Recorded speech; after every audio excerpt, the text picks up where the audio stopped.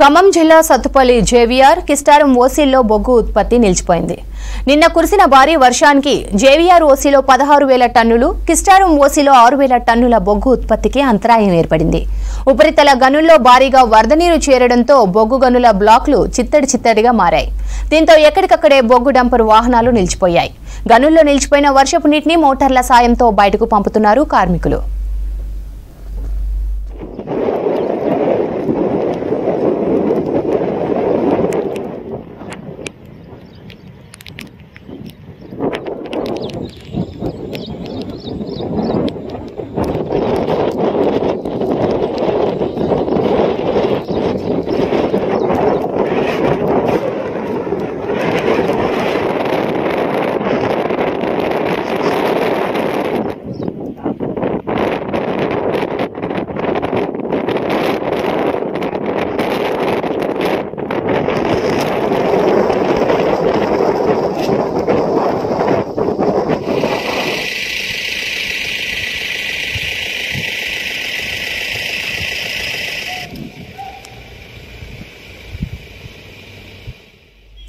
ఖమ్మం జిల్లా సత్తుపల్లి జేవీఆర్ కిస్టారం ఓసీల్లో బొగ్గు ఉత్పత్తి నిలిచిపోయింది.